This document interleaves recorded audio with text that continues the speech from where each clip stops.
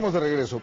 Me gustaría que exploremos algunos casos cercanos de vecinos en Centroamérica de cómo presidentes, gobiernos han influido positivamente en sus países para no solo enfrentar la crisis y resolver sus problemas, los ya intrínsecos de cada país, y cómo otros, que los hay, presidentes o gobiernos en Centroamérica o en Sudamérica, que lejos de ayudar a sus pueblos y a sus ciudadanos, han empeorado las crisis o han agravado los problemas.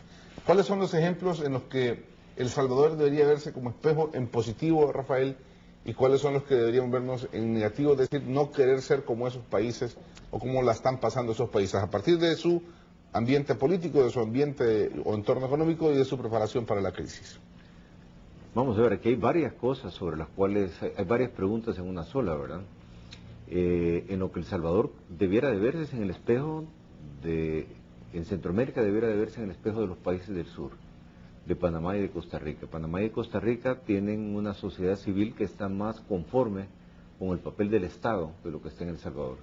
En El Salvador tenemos dos visiones que si no son, parecen radicalmente diferentes, y mientras estemos así, muy difícilmente vamos a salir a pegar el siguiente gran paso, muy difícilmente. No digo que cambiemos de estrategia, pero tiene que haber ciertos consensos básicos sobre cosas, los candados políticos de que hablábamos ayer y ciertos candados económicos para poder avanzar. ¿En qué países debiéramos de vernos? Debiéramos de vernos en el Chile de algunos años atrás, en el Chile que saliendo de la dictadura de Pinochet, que era odiada por todos, reconoció que era tan buena la política económica que eso no se tocaba nunca, porque, y a pesar de que ha sido poco tocada en el camino, los chilenos de diferentes signos de izquierda lo han sabido hacer bien. ¿En quién debemos de vernos además? Debemos de vernos en Panamá, siendo un país pequeño, pero que tiene circunstancias totalmente extraordinarias como lo del canal. Es un país que va despegando como que jet, posiblemente va a ser uno de los países más desarrollados, el cuarto según Roberto Artavi, más desarrollado de América Latina en los próximos años. ¿En quién no debemos vernos? Yo diría que en los países, dos tipos de países en América Latina: los que están en el peligro de caer en narcoestados, y eso es algo que me preocupa muchísimo, y tenemos el caso de México, y aquí cerquita en Guatemala vemos que el narcotráfico y el crimen organizado ha penetrado a todas las estructuras del gobierno, del ejército y de la policía, y de ahí si realmente no se regresa.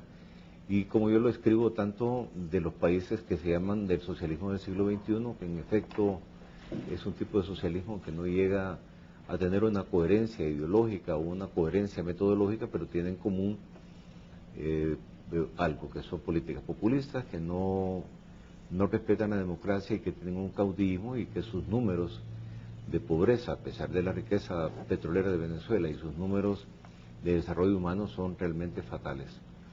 Muy bien. Arturo, acaba de describir un tipo de países, Rafael dice los que están en la órbita o en este mapa del socialismo del siglo XXI. ¿Tú estarías de acuerdo en aceptar que tu país, que Nicaragua, está en esa órbita y está en ese mapa de socialismo del siglo XXI, sí o no? No, a ver, yo creo que la situación de Nicaragua es muy particular, como siempre. Déjame poner todo de esta forma. Usualmente el populista ofrece salidas de corto plazo independientemente de los costos del futuro. Y por otro lado, lo que pudiéramos llamar la opción con la que yo personalmente me he sentido más a gusto, definirla como neoliberal, por falta de mejor término, ofrece mucho futuro y poco presente. La verdad del caso es que tenemos que encontrar un punto de equilibrio entre cómo administrar lo inmediato sin perder el futuro, lo que pudiéramos llamar populismo responsable. Pareciera sin sentido, pero te quiero elaborar sobre el tema. En Nicaragua tenemos una población donde el 80% de mis compatriotas, según la última medición, que es la única que tenemos del 2001, viven por ingresos debajo de $2 al día, con tasas de crecimiento económico promedio en los últimos 18 años que apenas superan el 3%. Ahora bien, poder seguir insistiendo en el crecimiento de mediano y largo plazo sin ver cómo satisfacer esas expectativas inmediatas. Muy difícil. Políticamente, una democracia tan frágil como la nuestra probablemente no sería sustentable en el tiempo. De ahí que lo que tenía que hacer el presidente Ortega, tal como yo lo entiendo y lo promoví, era reconciliar lo inmediato con el futuro. Y para eso tratamos de juntar, aunque pareciera extraño, Chávez y el Fondo Monetario. Los recursos de Chávez para la inmediatez, los programas con el Fondo Monetario para el mediano y largo plazo. Ahora, este fue el equilibrio que se pretendió implementar. Y por eso es que todavía, con todas sus dificultades, tenemos un programa con el Fondo Monetario y a la misma vez con los recursos que se han recibido, podemos apaciguar esas expectativas inmediatas de la ciudadanía que tenían que ver con un país que en un momento la luz eléctrica se iba por 12 horas al día, por falta de capacidad instalada y porque simple y sencillamente el país no podía pagar $148 el barril de petróleo. Este es un país donde definitivamente necesitábamos tomar medidas en lo inmediato para esa población que está totalmente rezagada. ¿Qué está ocurriendo, sin embargo? Que precisamente por la crisis externa y por una situación política complicada, la ayuda tradicional con la que el país ha contado para sostener su presupuesto, que se ha hecho de paso es muy frágil, ¿verdad?, se está empezando a erosionar.